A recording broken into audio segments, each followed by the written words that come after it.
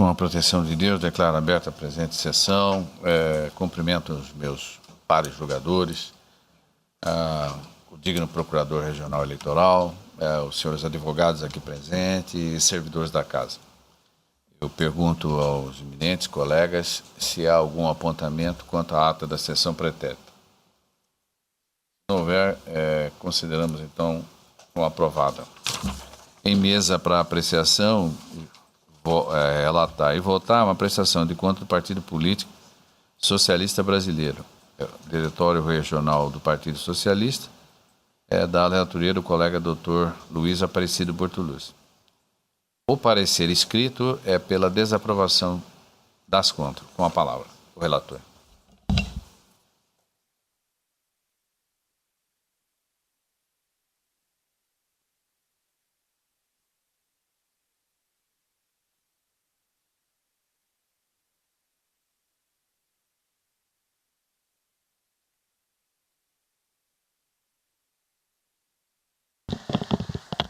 Trata-se de prestação de contas do Partido Socialista Brasileiro relativa à campanha eleitoral 2016.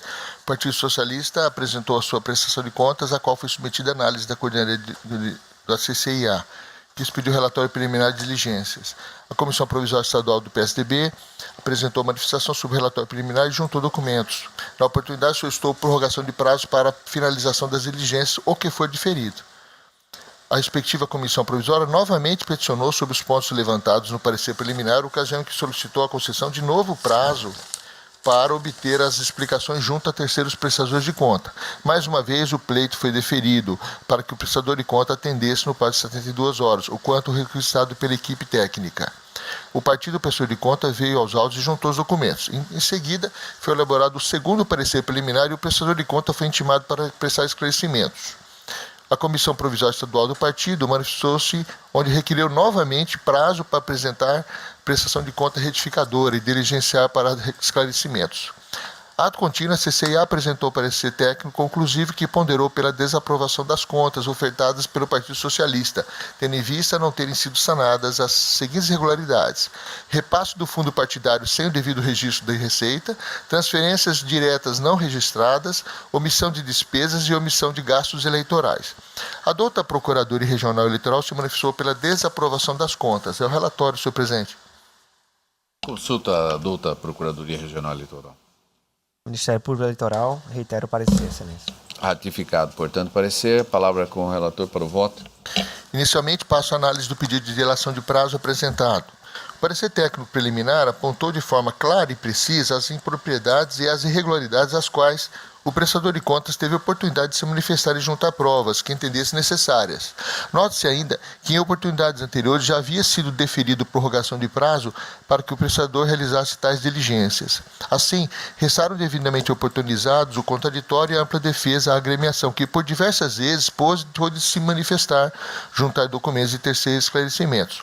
Ocorre que este último requerimento se limitou à solicitação de reabertura de prazo para apresentar a prestação de conta retificadora e para diligência sobre pontos ainda pendentes, sem, contudo, justificar os motivos pelos quais ainda não havia realizado tais buscas necessárias para esclarecimento das divergências apontadas no relatório. O ordenamento jurídico confere ao magistrado certa discricionariedade no que toca ao deferimento das provas requeridas pelas partes, incumbindo-lhe, sob esse aspecto, indeferir aquelas que se apresentarem desnecessárias ou protelatórias, em nada de contribuindo para a demonstração do fato constitutivo do direito do autor, ou do fato modificativo ou extintivo do réu. Desta forma, o pedido apresentado mostrou-se protelatório, uma vez que em outras oportunidades já havia sido concedido prazo ao prestador de contas para apresentar retificadora e diligenciar a respeito dos pontos já levantados pela análise técnica, mas este não o fez. Nessa esteira, transcrevo o artigo 64 da Resolução TSE 23463, que determina que as diligências devem ser cumpridas pelos candidatos e partidos no prazo de 72 horas, contadas em intimação, sob pena de preclusão. E aí peço permisso a todos para não ler o texto que é de conhecimento de todos. Por tais razões, indefiro o requerimento de produção de provas formulado. Pois bem, da análise dos autos, constata-se também que o órgão de direção regional do PSDB não sanou as irregularidades apuradas na prestação de contas das eleições de 2016, conforme concluiu a Coordenadoria de Controle Interno e Auditoria, CCIA, em seu parecer técnico final. A seguir, pontuado: repasse do fundo partidário sem o devido registro. Consta no relatório de doações a terceiro, extraído do SPCE, doação no valor de R$ 90 ao diretório, à Comissão Provisória Municipal, a título de repasse do fundo partidário. Contradizendo com o relatório acima, o diretor regional do partido informa que houve repasse financeiro do fundo partidário. No entanto, tal valor não foi devidamente registrado na prestação de contas como receita proveniente do fundo partidário. A irregularidade se dá pelo fato de não ter sido registrada nenhuma doação de receita financeira na presente prestação de contas, maculando assim a confiabilidade das informações prestadas. E aí eu coleciono arestos que também peço permissa para não lê-los. Dessa forma, diante da omissão do partido, persiste a irregularidade no tocante à não contabilização do repasse financeiro. 2. Transferência direta não registrada. No relatório apresentado pela análise técnica, foi apontado o recebimento de recursos estimáveis em dinheiro pelo candidato à época, José Antônio de Almeida, correspondente a 6 mil santinhos, cujo valor se perfaz R$ 240. Doação essa não registrada na prestação de contas do diretório.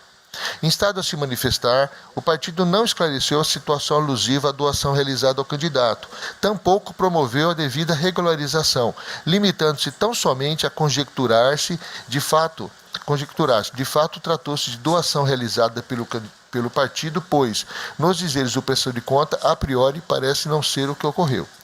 Conforme consta, o partido não trouxe aos autos elementos que promovessem a regularização da inconsistência identificada.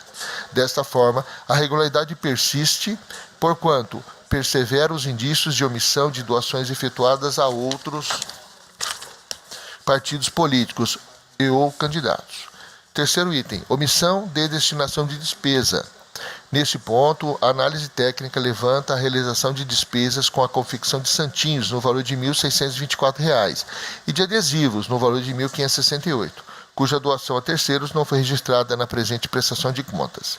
Instado a se manifestar, o partido não explicou o motivo da aquisição do material, tampouco identificou os destinatários da doação dos materiais adquiridos. Dessa forma, não foi apresentado o rol de destinatário das doações, bem como não foram juntados documentos que comprovem o recebimento dos materiais impressos e adesivos, o que caracteriza a omissão de despesa pelo prestador de contas, passivo de macular a credibilidade das contas exigidas. Nesse sentido, coleciono julgados que também, por ser de conhecimento, deixo de lê-los. 4. Omissão de gastos eleitorais. Por fim, o relatório preliminar apontou evidências de omissão de gastos eleitorais ao apresentar uma lista de despesas levantadas mediante circularização, informações voluntárias de campanha e confronto com notas fiscais eletrônicas, que não consta no presente prestação de contas, cuja cópia segue abaixo. Aí eu relaciono o rol das despesas. A unidade técnica apontou ainda que a nota fiscal 692, emitida por Jaciara Produções em 9 de setembro de 2016, tem valor de R$ 7.300 e não de R$ 73, como listado no relatório em epígrafe. Nessa senda, solicitou esclarecimentos ao partido prestador de contas para elucidar a divergência e apresentar todos os documentos fiscais das despesas registradas na tabela acima. Sob tópico ora versado, o prestador de contas se manifestou no sentido de que todas as notas fiscais acima identificadas, sem exceção, referem-se a despesas ordinárias para a manutenção do diretório regional e constam na prestação de contas anual encaminhada a este tribunal nos autos 49-36 de 2017. Não procede inteiramente a afirmação da agremiação partidária. Confrontando as notas fiscais identificadas na tabela acima com a prestação de conta anual do partido, afere-se que das 14 despesas, apenas 6 foram relacionadas para a manutenção do diretório regional, de modo que os demais gastos arrolados no quadro a seguir continuam sem esclarecimentos. E aí eu transcrevo aqui quais são o rol. Além disso, o prestador de contas não se manifestou acerca da finalidade da aquisição de 10 mil adesivos, cuja aquisição é comprovada por meio de nota fiscal. Assim, em que pese as graves irregularidades apuradas, o órgão de direção regional do PSDB omitiu-se do seu dever de saná-las, resultando em patente omissão da receita despesa. Destarte, o conjunto das irregularidades são suficientemente graves, pois comprometem a efetiva análise contábil das contas prestadas por parte desta justiça especializada, sendo o caso de aplicar o disposto artigo 68 inciso 3º da resolução TSE 23.463/2015. Nesse sentido, é o entendimento dessa Corte Eleitoral que proferiu os julgados. Eu transcrevo alguns arestos desse tribunal. Diante do exposto, em consonância com o parecer ministerial e em razão dos motivos exibidos nos itens 1, 2, 3, 4 acima referidos, julgo desaprovadas as contas do Diretório Regional do Partido Socialista Brasileiro, PSB, relativa à campanha eleitoral das eleições de 2016. Por conseguinte, aplico a suspensão do repasse de nova cota do fundo partidário do ano seguinte ao trânsito em julgado da presente decisão para o período de 4 meses, no termos do artigo 25, parágrafo único da Lei 9.504/97. Por fim, determino que seja providenciado pela Secretaria deste Tribunal o registro do presente decisão no Sistema de Informações de Contas Eleitorais e Partidárias, no termos do parágrafo 8º, artigo 68 da Resolução TSE 23.463/2015. É como voto, senhor presidente? Como todos perceberam, o colega está votando em sintonia com o parecer pela desaprovação. Algum voto divergente? Se não houver, eu proclamo o resultado. O Tribunal, por unanimidade, desaprovou as contas do Partido Socialista Brasileiro referentes à eleição de 2016, nos termos do voto do doutor relator e em consonância com o parecer ministerial. Na sequência, é uma continuação do julgamento. Pedido de vista da doutora Vanessa Curti Perenha. Eu estou me referindo ao 2.2, o processo 2227. É um recurso eleitoral, ação de impugnação de mandato eletivo, cargo de vereador. O Ministério Público é a parte recorrente. O relator já votou, negou provimento. O desembargador Pedro Sakamoto acompanhou o relator. O doutor Ulisses, à época, aguardou o voto de vista. O doutor Jackson acompanhou o relator. A doutora Vanessa pediu vista. O doutor Antônio Veloso Beleza Júnior acompanhou o relator. E este magistrado também acompanhou o relator. Então, só falta acolher o voto da digna colega.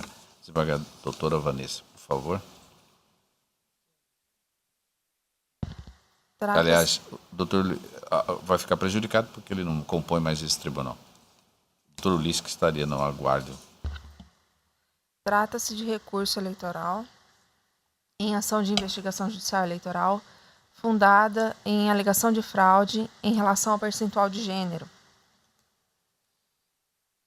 O doutor relator, Dr. Luiz Aparecido Bortoluz, em minucioso voto, no qual delineou todo o conjunto probatório dos autos, concluiu que não é possível afirmar com segurança ter havido fraude, pois da prova oral produzida pelo magistrado sentenciante, as candidatas Jéssica Martins Machado e Elzi Maria de Oliveira buscaram votos, ainda que de forma incipiente e não exitosa, não servindo os respectivos registros por si só como simulacro de candidatura, tendo ambas aparentemente desistido durante a campanha.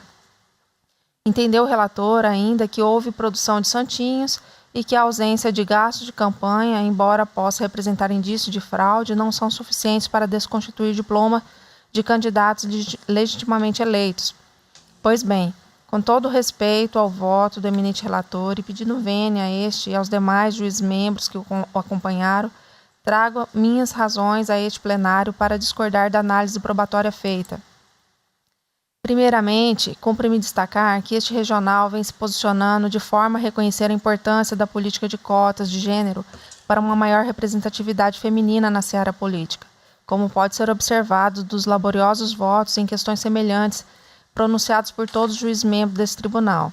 Fazendo um breve retrospecto, passo a salientar que a questão debatida, fraude em relação ao percentual de gênero nas candidaturas registradas pelos partidos e coligações nas eleições proporcionais, teve a seguinte abordagem pelo Poder Judiciário. Primeiramente, debateu-se se a fraude em questão poderia ser objeto de apuração pela Justiça Eleitoral, tendo em vista histórico entendimento do TSE de que a fraude a ser apurada em AIME limitava-se às ocorrências relacionadas ao processo de votação.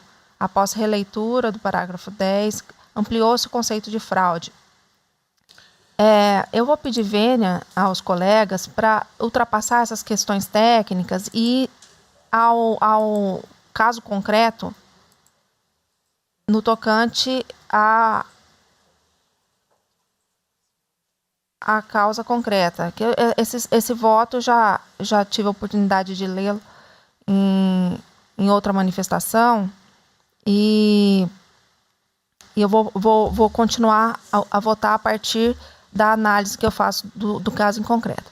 Certa dessa gravidade, tomei o cuidado de analisar todo o processo de formação do arcabouço probatório, desde as possibilidades decorrentes do regramento da produção de prova previsto pela legislação e jurisprudência, até o que pode ser considerado exigível como prova para a comprovação da fraude. Caminha esse regional e outros que já enfrentaram o tema, que a ínfima votação ou votação zerada da candidata, por si só, apesar de ser forte indício de fraude, não é prova suficiente para ensejar um decreto condenatório do ilícito apurado.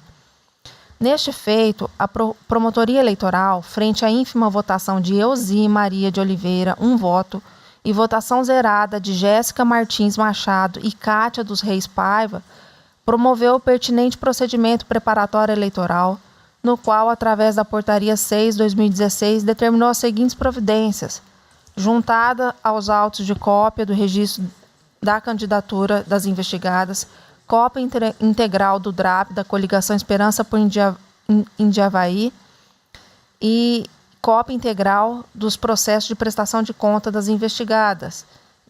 Informação se as investigadas compareceram ou não às urnas. Destaca-se que o procedimento preparatório serve de subsídio para lastro da ação de impugnação de mandato eletivo, que deve ser ajuizada até 15 dias contados da diplomação, de modo que a apuração administrativa deve ocorrer de forma rápida. Portanto, vislumbra aqui uma limitação legal e temporal à produção da prova. Não obstante a essa limitação, há ainda restrição quanto à modalidade de prova e depoimento pessoal das partes na ação de investigação eleitoral, posto que não há previsão legal na Lei Complementar 64, bem como, segundo precedentes tanto do STF como do TSE, a indisponibilidade dos interesses tratados em sede de ação de investigação judicial eleitoral é incompatível com o ônus de confissão que a Lei Processual Civil impõe. Transcrevo o precedente. Trago a ponderação dessa restrição acerca da modalidade de depoimento pessoal, tendo em vista que a confissão em juízo é prova quase impossível de ser produzida nas ações que visam a apuração da referida fraude. Passo a analisar a imputação a cada uma das candidaturas tida como fictícia e a produção de provas pertinentes. Jéssica Martins Machado. No caso em questão, a recorrida Jéssica Martins afirmou em sede de procedimento preparatório eleitoral ter sido convidada por Olandir Paiva Bugrinho, candidato a prefeito, para se candidatar, uma vez que precisavam complementar o número de mulheres. Tendo aceitado o convite, entretanto, posteriormente quis desistir, mas como já estava com todos os documentos prontos, teve que continuar, tendo inclusive participado de todos os comícios do partido, sem fazer discurso por ser tímida. A aludida candidata também disse que Cálita dos Reis Paiva teria se candidatado só para preencher o número de mulheres. Vejam que neste depoimento, a requerida admite que figurou na chapa somente para preencher o número de vagas. Depoimento este que está de acordo com a votação zerada que teve. Em seu depoimento, ainda em sede de procedimento preparatório, essa requerida informa fato tão grave quanto a fraude perpetrada para preenchimento de cota de gênero.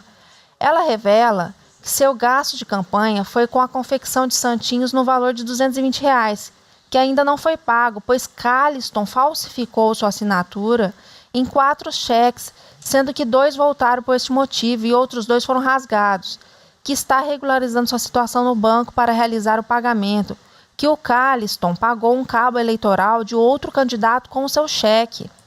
Essa situação de uso de recursos financeiros de campanha em face de outro candidato revela mais uma prova de que a candidatura da requerida somente dava suporte a outras candidaturas. Veja que, além de preencher a cota de gênero, servia também para dar suporte financeiro à campanha de outro candidato, muito provavelmente através de falsificação da assinatura da candidata em questão. Como pode-se observar do pronunciamento da Procuradoria Eleitoral, a prestação de contas da candidata Jéssica, feita após o ato citatório do presente feito, converge para o quanto relatado quando do depoimento que prestou na Promotoria Eleitoral, visto que é possível observar que as informações de devolução de cheques e de pagamento de um cabo eleitoral de outro candidato estão de acordo com o extrato da conta bancária de campanha. Desse modo, me parece não ser razoável dar mais credibilidade ao quanto afirmado em juízo, em prejuízo do que foi dito pela requerida na promotoria, que, aliás, encontra respaldo em provas documentais. No seu depoimento em juízo, Jéssica disse que desistiu da campanha porque seu filho adoeceu e que contratou um cabo eleitoral, mas que não se recorda o nome da pessoa. Candidata Ezi Maria de Oliveira, da mesma coligação. A candidata afirmou em juízo ter sido convidada por Bugrinho para participar da campanha, que a visita deu-se na sua casa, não teve reunião partidária para tanto, que recebeu dinheiro de R$ 1.100 da esposa do Bugrinho para pagamento de cabo eleitoral, que assinava sem ler os documentos que Caliston levava para assinar, que seu esposo foi seu cabo eleitoral. É possível observar, no Divulga Candi, que a candidata aportou como receita em sua campanha recursos próprios na quantia de R$ 1.115, valor este que, em juízo, afirma ter recebido da esposa de Bugrinho. Portanto, a verdadeira origem do recurso declarado foi omitida.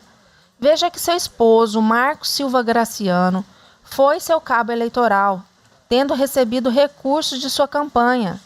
Considerando que, como dito em juízo pela própria candidata, o recurso não foi aportado pela própria candidata, como declarado, é possível ver nessa circunstância um benefício econômico em proveito familiar dessa situação incomum de recebimento pela prestação de serviços de seu próprio esposo em favor da candidata.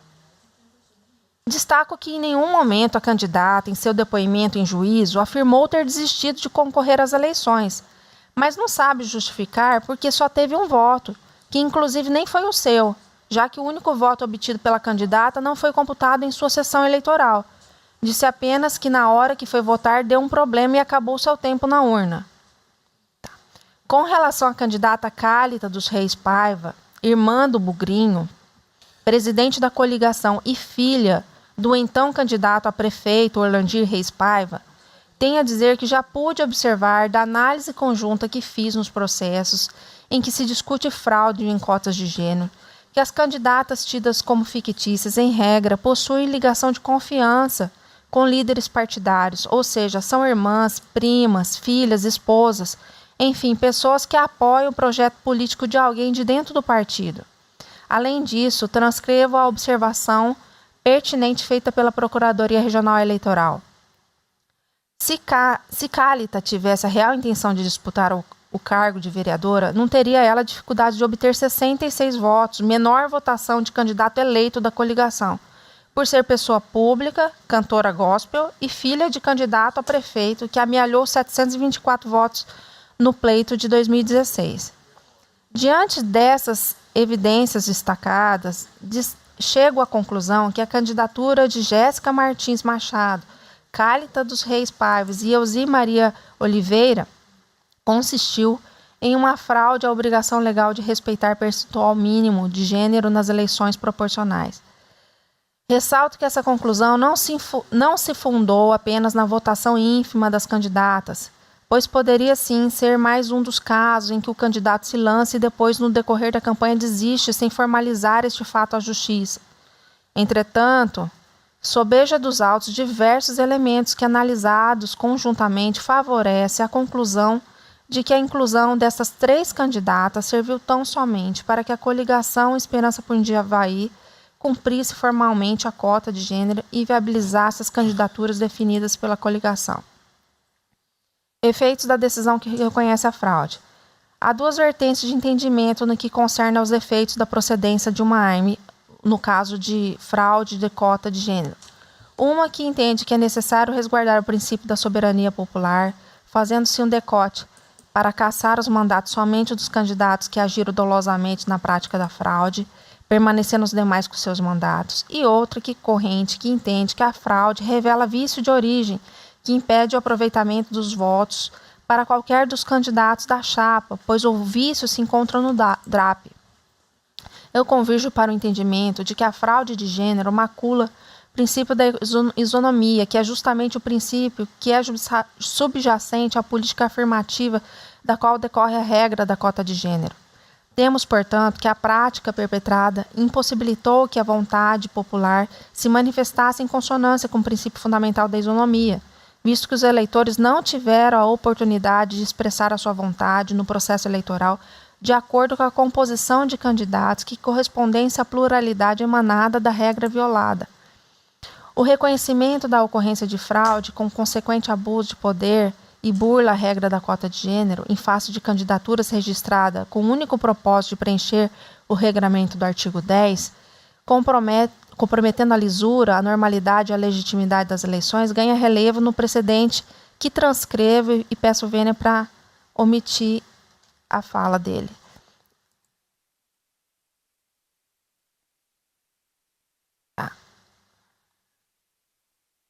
Desse modo, entendo pelo provimento do recurso, em consonância com o parecer ministerial, para deferir os pedidos e declarar a fraude na composição da lista de candidatos, reconhecer como nulo o DRAP da coligação Esperança por Indiavaí, o que importa na desconstituição dos mandatos eletivos e dos diplomas obtidos por todos os candidatos a vereadores, e titulares e suplentes.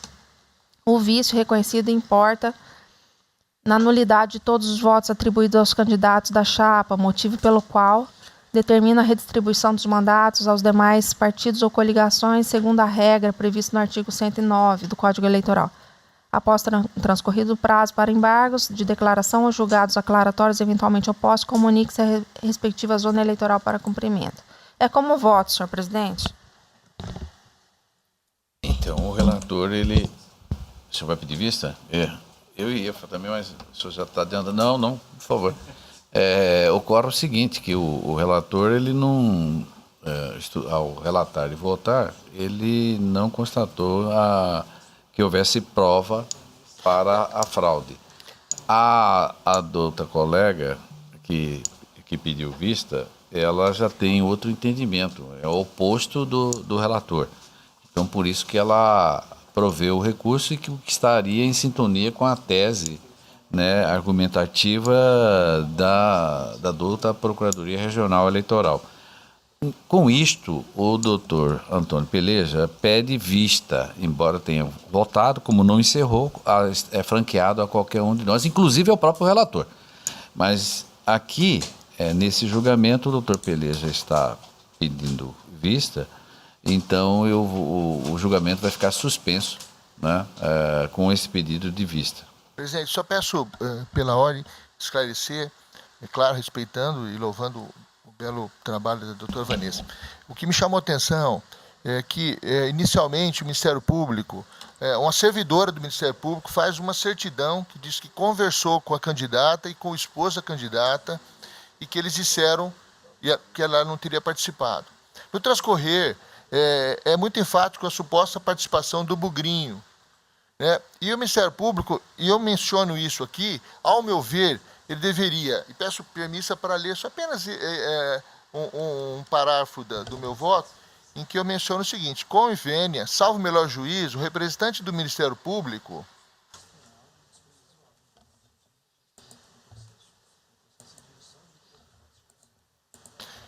de primeiro grau, diante das informações de falsificação de prestação de contas da recorrida Jéssica, deveria ter requerido, ao meu ver, a oitiva de Orlando Augusto de Paiva, o Bugrinho, né, o filho desse, Caliston de Reis Paiva, da esposa do Denir, do contador Luiz Carlos e da servidora do Ministério Público, Carla Beatriz, bem como requisitado perícia grafotécnica nas atas das convenções e em cheques emitidos, o que não aconteceu.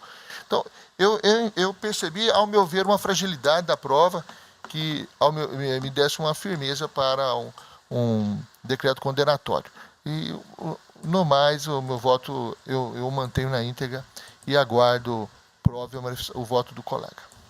O julgamento, portanto, como já colocado, adiado em razão do pedido de vista do colega Dr. Antônio Veloso Peleja Júnior, em mesa para julgamento, é uma prestação de contas, Alderson Gil do Amaral, que é a parte recorrente do Ministério Público, o parecer escrito é pelo desprovimento e este processo é da relatoria do Dr. Ricardo Gomes de Almeida. Estou me referindo ao 2.3 da pauta, que é o 13060. Com a palavra o relator para relatar o presente feito.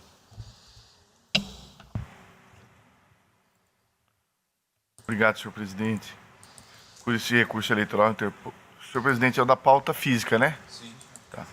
Interposto por Anderson Gil do Amaral contra a sentença proferida pelo juízo da 51ª Zona, desaprovou as suas contas de campanha ao cargo de vereador pelo município de Cuiabá, referente ao pleito de 2016, em razão das seguintes falhas. 1.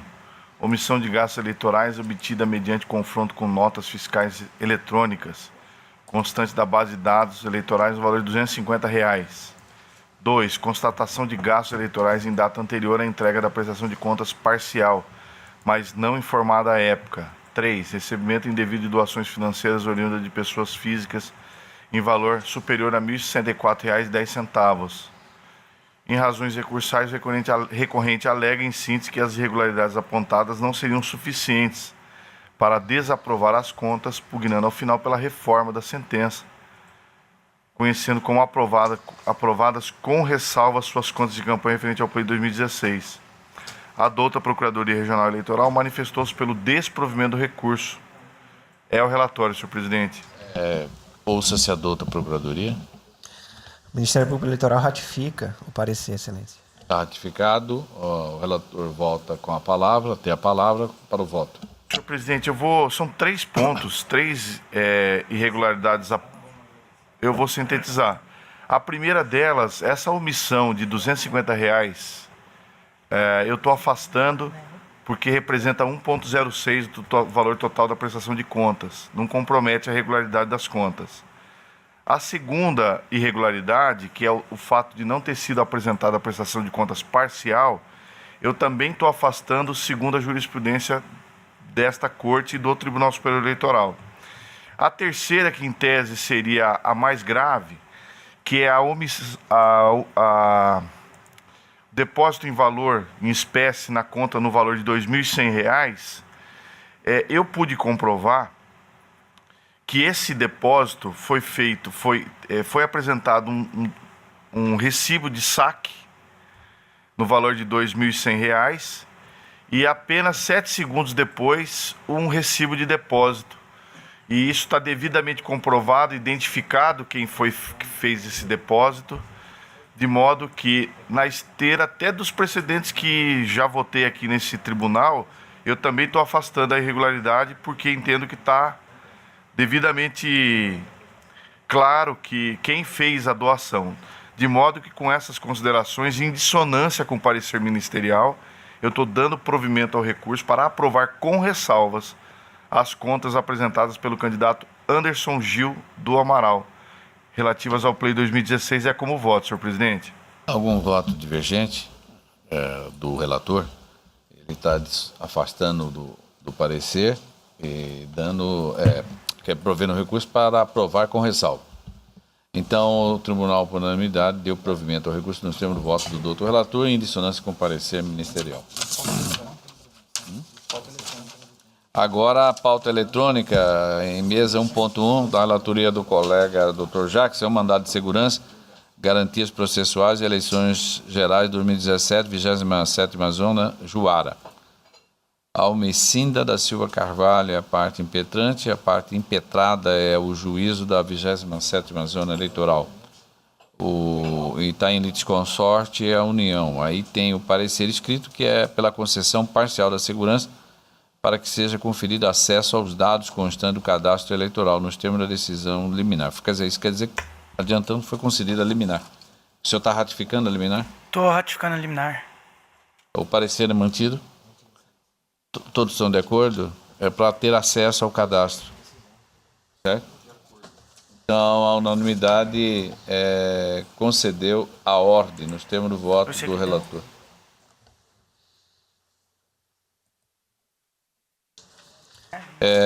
Desembargador Pedro Sakamoto, o senhor tem o 1.3 da pauta, é uma prestação de contas, candidato ao cargo de deputado federal.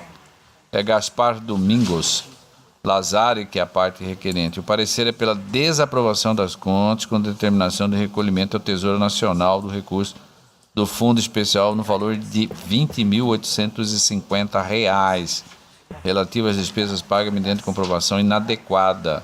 Com a palavra o digno relator. 1.3, colegas, da pauta. É um número só um minutinho, só, 065. É só complementando o pregão. 0601-350. É para... pode ser, isso. Ótimo. Trata-se de prestação de contas por Gaspar Domingos Lazari, candidato ao cargo de deputado federal pelo Partido Social Democrático nas eleições de 2018. Conforme certidão inserida no ID, destaque que não houve impugnação à prestação de contas. Subexame, o relatório preliminar emitido pelo CCIA apontou inconsistências nas contas em apreciação, solicitando, por conseguinte, a manifestação do candidato requerente. Devidamente intimado, o candidato manifestou-se por meio da petição e ocasião em que prestou esclarecimento e juntou documentos compreendidos entre os IDs tais. Em seguida, a CCE emitiu parecer técnico conclusivo, opinando pela desaprovação das contas em apreciação, por entender que as impropriedades presentes nos autos são suficientes para comprometer a regularidade da contabilidade auditada.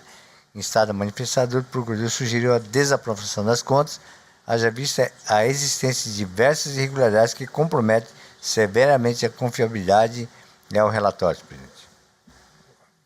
Ouça-se a douta Procuradoria. O Ministério Público ratifica o parecer. Relator para o voto. O candidato Gaspar Domingos Lazari apresentou contas relativas à sua campanha no cargo de deputado federal, que após ser submetido à apreciação da unidade técnica desta corte, apresentaram as seguintes irregularidades: descumprimento quanto à entrega dos relatórios financeiros de campanha no prazo estabelecido pela legislação eleitoral, a ausência de documentos aptos a comprovar que veículos cedidos ao candidato integravam o patrimônio dos doadores. Foi declarada receita estimável em dinheiro referente à cessão de uma aeronave, sem constar, no entanto, qualquer despesas com contratação de piloto, nem mesmo com combustível. Através do confronto entre os dados constantes da presente prestação de contas e os dados registrados na base de dados da Justiça Eleitoral, foram identificadas omissões relativas às despesas, o que revela indício de omissão de gastos eleitorais. Utilização de recursos provenientes do Fundo Especial de Financiamento de Campanha para a quitação de despesas não comprovadas.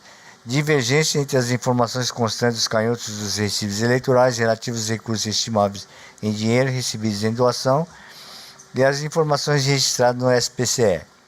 Divergência entre informações relativas às despesas constantes da prestação de contas final e a registrada na prestação de contas parcial. Detectados gastos eleitorais realizados em data anterior à data inicial da entrega de prestação de contas parcial, mas não informados à época. No que se refere às impropriedades apontadas nos itens A e H, a auditoria técnica apontou que os relatórios financeiros de campanha foram enviados intempestivamente, ou seja, após o prazo de 72 horas contadas do recebimento dos recursos, bem como que foram realizados gastos eleitorais em data anterior à data inicial da entrega da prestação de contas parcial, mas que, de igual sorte, não foram informados à época. Quanto a esses pontos, impede-se registrar que eles compreendem falha meramente formal, notadamente porque não impede a Justiça Eleitoral de aferir a origem e o destino dos recursos movimentados pelo candidato, sobretudo porque foram apresentados posteriormente, não possuem, desse modo, gravidade suficiente para ensejar a rejeição das contas em apreciação. Já no que tange ao item B, a auditoria técnica, no relatório preliminar para a expedição de diligência, apontou a ausência de documentos aptos a comprovar que os veículos cedidos ao candidato integravam o patrimônio dos respectivos doadores. O prestador de contas, por sua vez, apresentou o certificado de licenciamento dos veículos cedidos. No entanto, a unidade técnica apontou que alguns desses documentos estavam ilegíveis ou vencidos, motivo pelo qual afirmou que não são aptos a comprovar a propriedade do bem. Todavia, no que se refere aos supostos documentos ilegíveis, Cumpre-se destacar que, em que pese a baixa qualidade das imagens, é possível constatar que os dados indicados nos certificados conferem com as informações prestadas na presente prestação de contas. Outro sim, quanto ao fato de alguns dos certificados de registro de licenciamento estavam vencidos, é imperioso ressaltar que, ao consultar a situação desses veículos cedidos na página do Detran, pude verificar que não há qualquer informação acerca da transferência de propriedade do bem, razão pela qual, ao meu ver, os documentos apresentados atestam que os veículos integram o patrimônio do doador.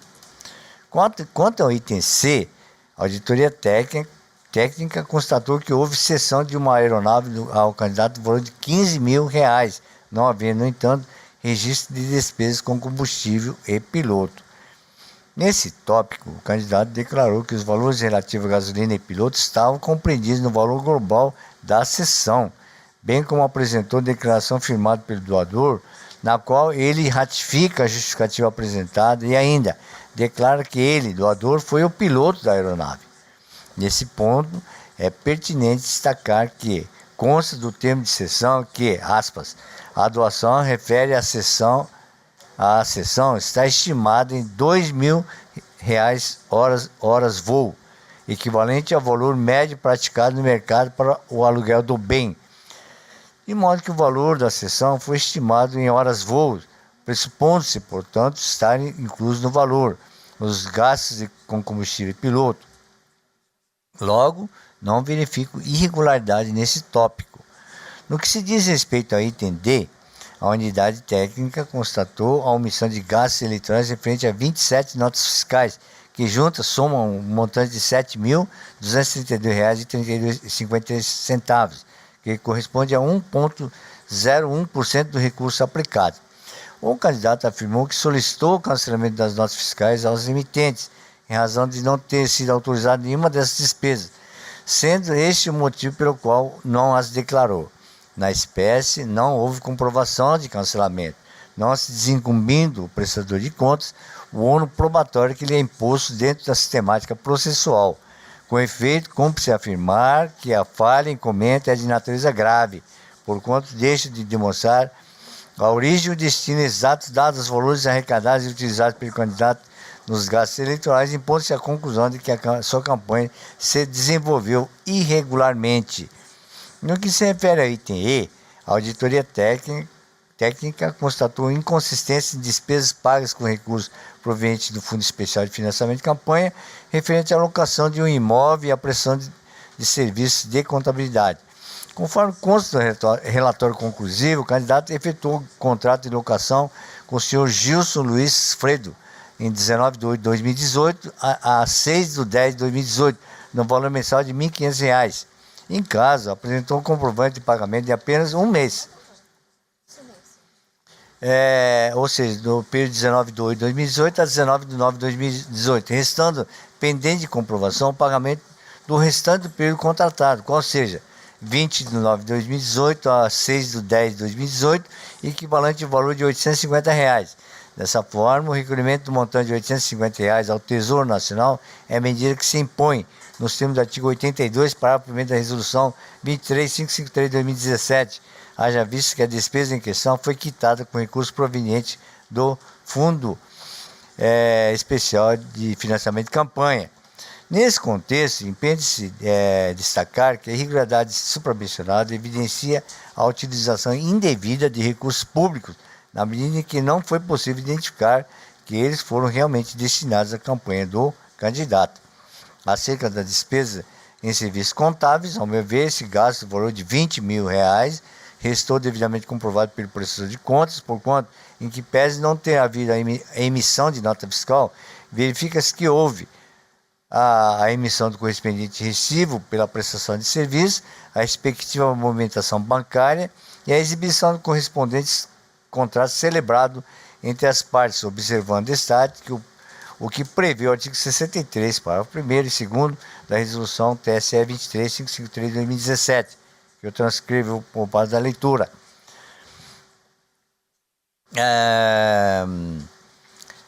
No que concerne ao item F, a unidade técnica verificou as informações constantes dos canhotos recibos eleitorais relativos ao recebimento de 57 doações estimáveis em dinheiro oriundos do diretório estadual do PSD.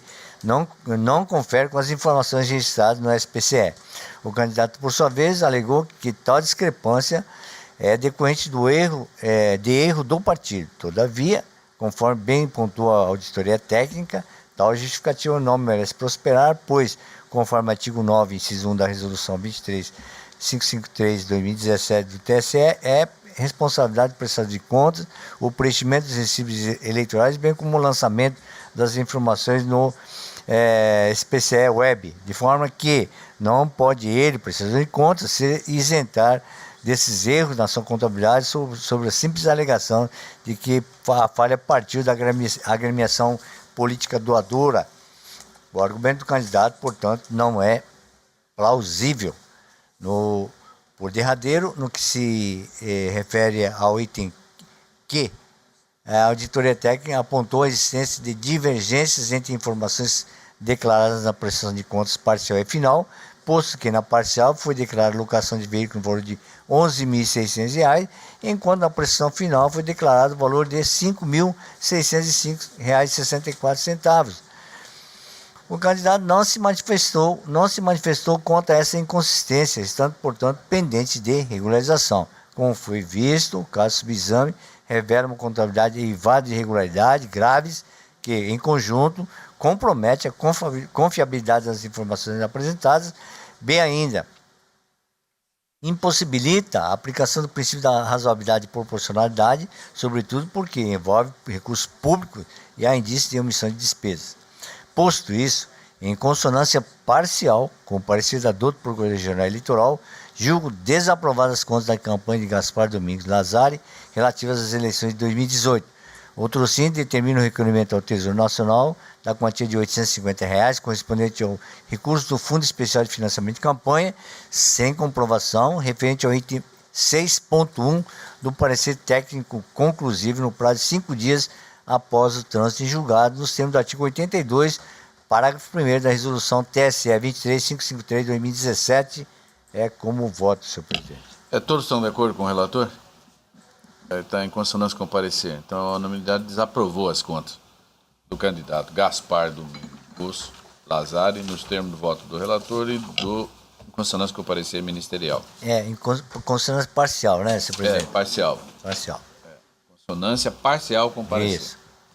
Em mesa, o 1.2, prestação de conta também de candidato, é o Dr. Ricardo, é a Carme Bete Borges de Oliveira, e o parecer escrito é pela aprovação com ressalvas. Estou com a palavra, senhor presidente? Sim, senhor. Senhor presidente, eu vou resumir. Já para concluir. O parecer da CCIA, a análise técnica é pela aprovação, parecer do Ministério Público pela aprovação e meu voto também pela aprovação. Só confirmar agora.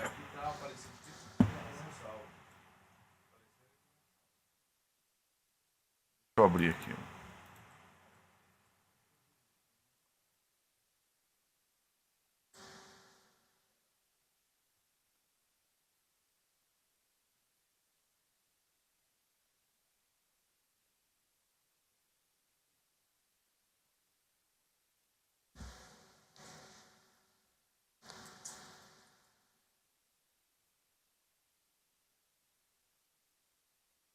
Com ressalvas, senhor presidente.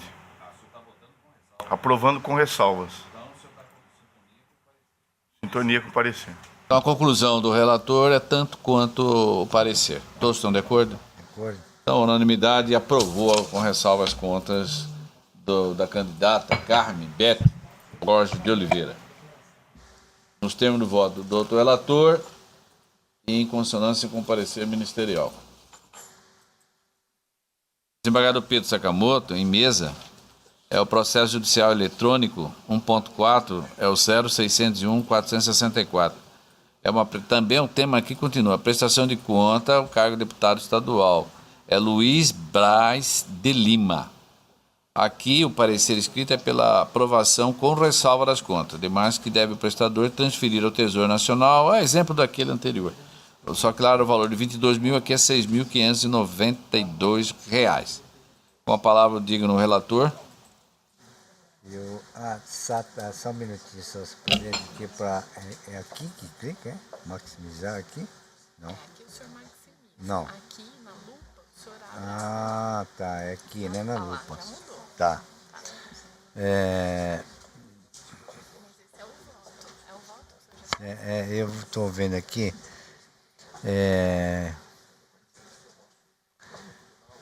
Da mesma forma, por exemplo, se for, eu faço a leitura, mas estou em consonância com o parecer da doutora Procuradora, julgando aprovado com ressalvas as contas de... Em consonância com o parecer. Exatamente, em consonância. O Ministério Público ratifica o parecer? Ratifica, excelência. Está ratificado o parecer. A conclusão, portanto, é a aprovação com ressalva das contas e com a devolução de uma determinada importância, 6 mil... 169 reais no prazo de 5 dias, exatamente. Sim. Todos estão de acordo? Então, o Tribunal, por unanimidade, aprovou com ressalvas as contas do Não, candidato. agora acho que... Nos termos do voto do doutor relator, em consideração com o parecer ministerial. Doutor Luiz Aparecido Bortolúcio Júnior. Werner Kesley dos Santos é a parte, a prestação de conta é 1.5, é o 0601-128.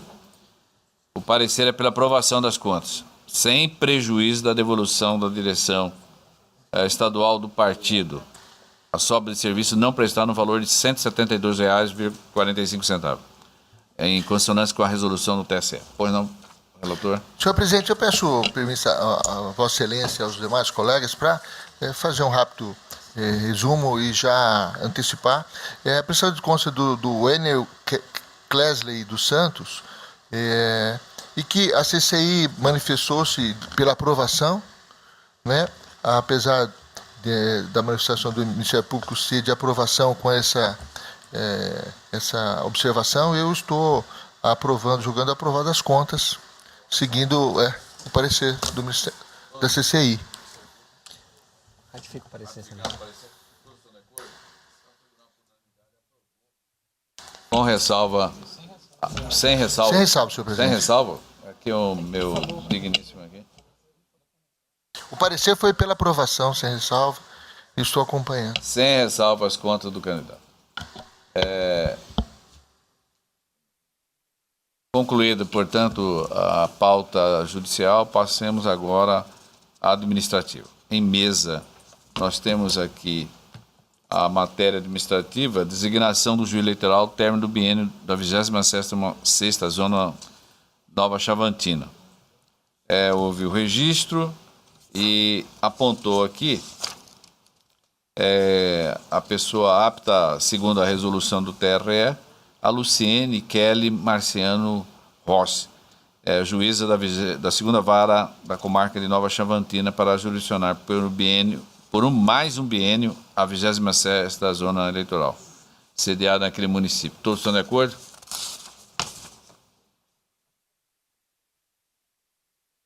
Só ela.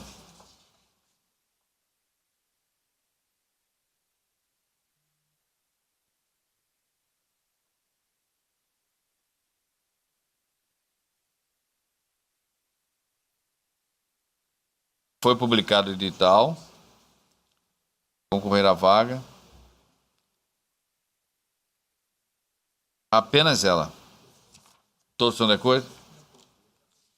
Então, aprovado a designação da senhora Luciene Kelly, juíza, para jurisdicionar a 26ª Zona, né? 26ª Zona Eleitoral. Em mesa, outro assunto também é a mesma questão. Aqui, no caso, é a 28ª Zona Eleitoral, Porto Alegre. Designação do juiz, o término do biênio senhor Daniel de Souza Campos, que ocorrerá no dia 2/3 do corrente ano. O artigo 3º habilitou-se tempestivamente somente o doutor Marcos André da Silva. E, em razão disso, eu estou votando para a indicação desse magistrado, que jurisdiciona a Justiça Comum, a 2ª Vara da Comarca de Porto Alegre, para jurisdicionar a 28ª Zona Eleitoral. Todos estão de acordo? Então está aprovado por unanimidade. Aqui é é outro assunto, é o mesmo assunto, agora é Pontes e Lacerda, 25ª Zona Eleitoral. Neste caso, houve a inscrição de 2 candidatos, Cláudio Deodato Rodrigues Pereira e Elmo Lamoia de Moraes. Na ordem de antiguidade, o primeiro foi de data de 24 de 11 de 2015 e o outro de 2017. Aí, óbvio, segundo a resolução, o mais remoto, né, que jurisdicionou esta justiça especializada, é o senhor Cláudio Deodato Rodrigues Pereira, que é o juiz da 2ª Vara da Comarca Pontes de Lacerda. Portanto, estou a indicar ele como titular da 25ª Zona Eleitoral. Todos estão de acordo? Então está aprovado. Em outro último processo, e aqui é uma aposentadoria precoce da servidora Maria Auxiliadora Costa Amorim. Eu tive o prazer de ser colega na Faculdade de Direito e ela está pleiteando a sua aposentadoria.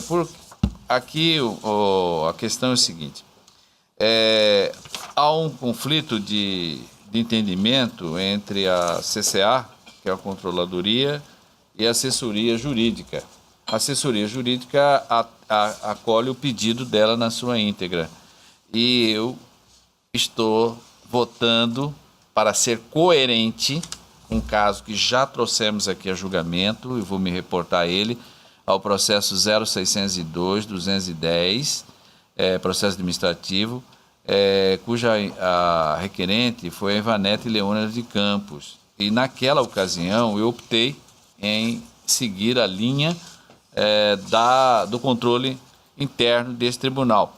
Daí a colega doutora Vanessa Curti Perenha pediu vista e ela divergiu.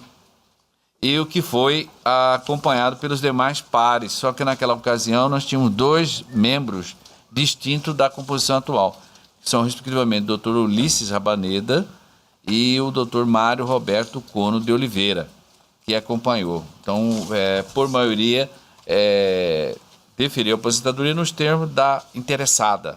E esse caso é o mesmo. Então, para que eu seja coerente com não que eu não possa mudar de opinião, não é isso. Mas como eu tenho adotado durante todo esse período priorizar o entendimento do controle interno, né? Então eu vou continuar mantendo fiel a ele.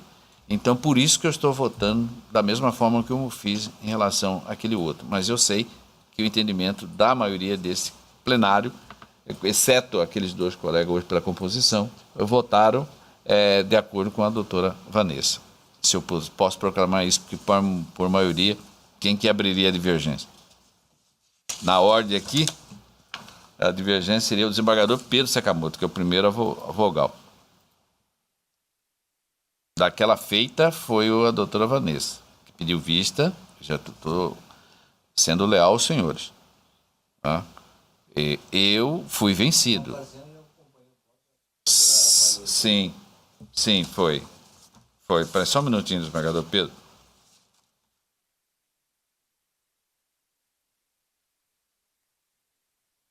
Sim, desembargador, o senhor acompanhou, sim, a doutora Vanessa. Fui o único. É porque a questão aqui é só eu acompanho a controladoria. O controle interno. A aposentadoria, quais são os benefícios? Né? A colega doutora Vanessa entende que ela faz jus à emenda.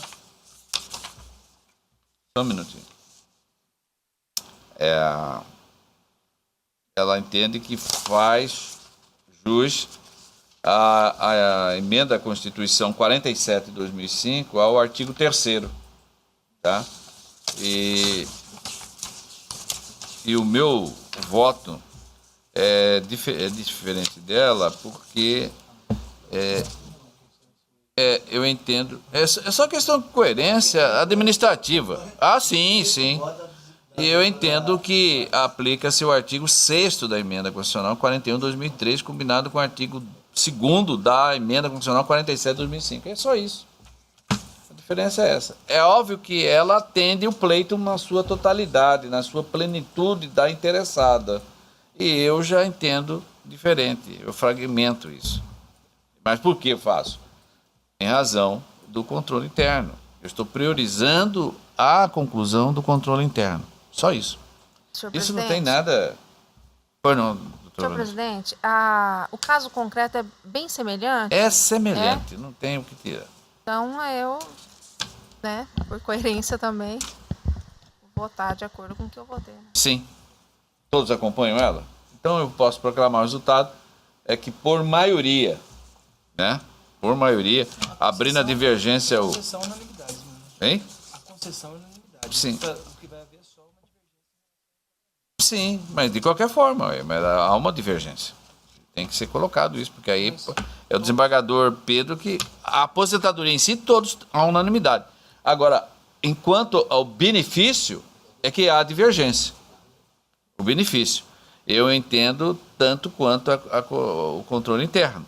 E aí a colega está entendendo de acordo com a assessoria jurídica. Que ela, portanto, vai estar de encontro ao pleito dela, tá? Então, por maioria, quer dizer, a unanimidade concedeu a aposentadoria e, por maioria, os benefícios pleiteados pela servidora. Eu quero apenas parabenizá-la, aproveitar para parabenizá-la pelos mais de 3 décadas que permaneceu aqui neste tribunal, desempenhando as suas funções, as diversas funções, e sempre enaltecendo com isto a própria instituição. Então, não havendo mais nada a ser apreciado neste plenário, eu declaro encerrados os trabalhos.